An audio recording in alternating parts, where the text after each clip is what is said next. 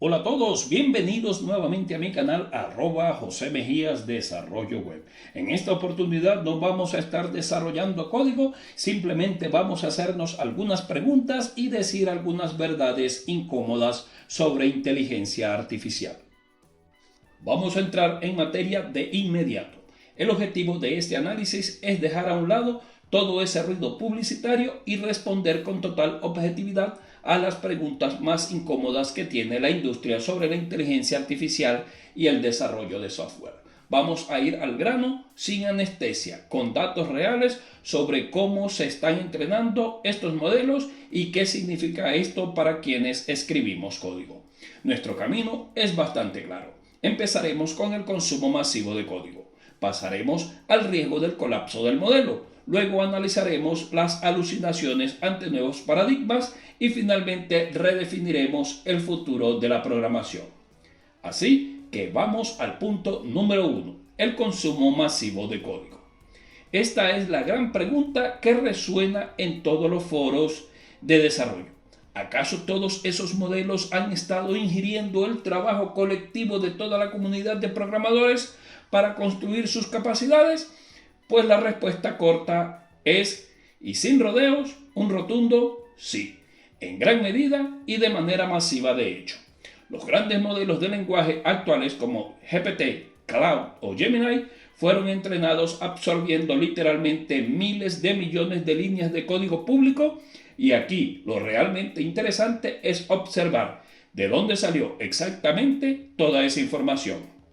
Empresas como OpenAI, Google o Meta utilizaron inmensos conjuntos de datos que incluyeron prácticamente todo el código abierto accesible en Internet hasta las fechas de corte.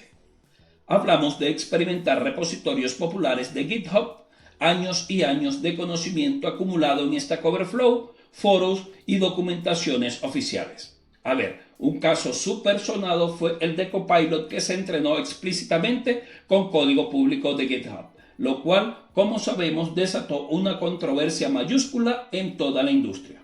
Pero bueno, para ser preciso tenemos que establecer dónde están los límites. Y esto ilustra de manera brillante lo que la IA se comió frente a lo que tuvo que evitar. Por un lado, tenemos el auténtico festín de la IA en repositorios públicos con licencias supermasivas como la MIT y Apache. Pero por otro lado, está la frontera teórica. La IA no debería haber tenido acceso a repositorios privados de empresa ni al código con licencia estrictamente cerradas. Claro, técnicamente los modelos aprenden patrones estadísticos, no hacen un copia y pega exacto, aunque a veces regurgitan fragmentos casi idénticos de proyectos muy populares.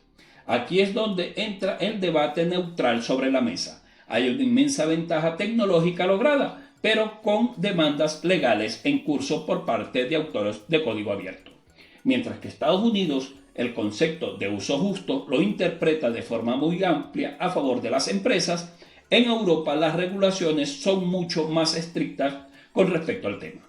Es una tensión enorme y un estira y encoge constante entre la innovación tecnológica y los derechos de los creadores. Pasemos a la sección 2, el colapso del modelo. Una vez que entendemos de dónde vino todo ese código, la siguiente pregunta lógica nos lleva de cabeza a un riesgo sistémico bastante profundo. Pensemos en esto por un segundo. Si la comunidad delega casi por completo la creación de código nuevo a las máquinas y de repente dejamos de producir soluciones verdaderamente innovadoras, ¿qué le ocurre al cerebro de la IA? Aquí entra un concepto absolutamente crucial, el colapso del modelo. Los sistemas actuales de IA son en esencia unos excelentes compresores estadísticos. Aprenden de lo que ya existe. Si la red inunda de código generado por la misma IA y los futuros modelos se entrenan con esos mismos datos reciclados, la calidad innovadora se estancaría. Sin esa disrupción, sin el caos creativo que aporta la mente humana, las distribuciones matemáticas se estrechan y básicamente perdemos la diversidad de pensamiento en la ingeniería de software. Ante un panorama así, podríamos plantearnos tres escenarios realistas.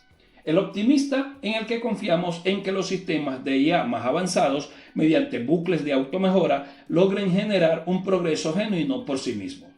Podríamos hablar de un escenario más probable, donde puede darse en un mediano plazo un estancamiento relativo de la IA, donde los modelos serán increíblemente más rápidos para problemas ya conocidos, pero los saltos cuánticos seguirán requiriendo investigación puramente humana. Pero veamos también el escenario pesimista, en el que nos advierte de una homogeneización masiva del software, un mundo donde todos usamos los mismos patrones, creando sistemas mucho menos resilientes y compartiendo lamentablemente las mismas vulnerabilidades. En fin, si nadie inventa paradigmas revolucionarios, digamos sistemas distribuidos o de concurrencia, la IA solo nos va a ofrecer recombinaciones muy optimizadas del pasado.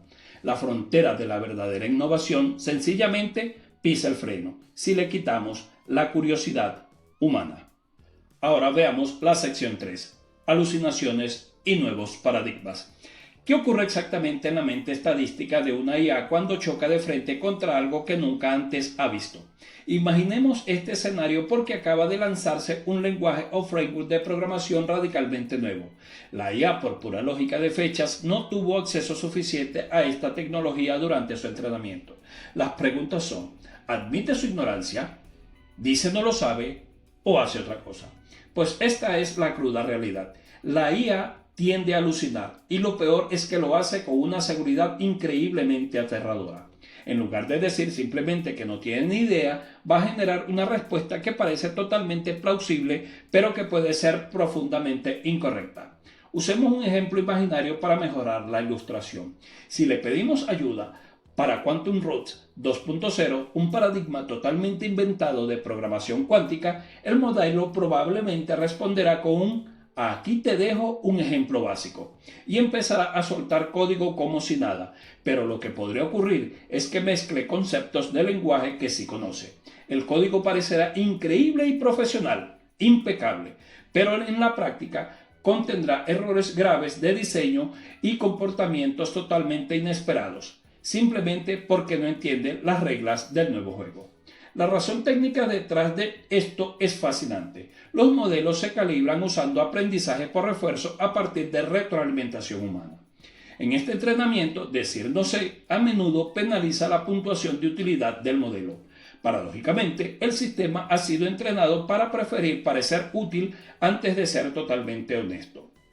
Intenta usar analogía con cosas que se conoce, pero en los detalles profundos del nuevo código esa analogía colapsa por completo. Por suerte podemos poner en práctica estrategias muy útiles para mitigar esto. Al interactuar con cualquiera de estos modelos en terrenos inexplorados, es crucial pedirles explícitamente que señalen sus propias limitaciones, que hay que exigirle fuentes y referencias directas a la documentación oficial, pero sobre todo verificar siempre el código generado en un entorno real y controlado. Es cierto que los modelos más avanzados incluyen búsqueda en tiempo real, reducen un poco este problema, pero la necesidad de validación humana sigue siendo indispensable.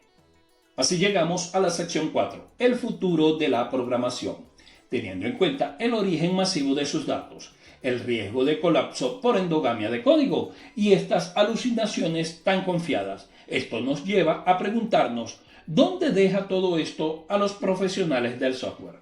Aquí estamos presenciando un cambio de era monumental. Históricamente, la tarea principal era escribir sintaxis, teclear código sin parar y todo lo demás que conlleva programar.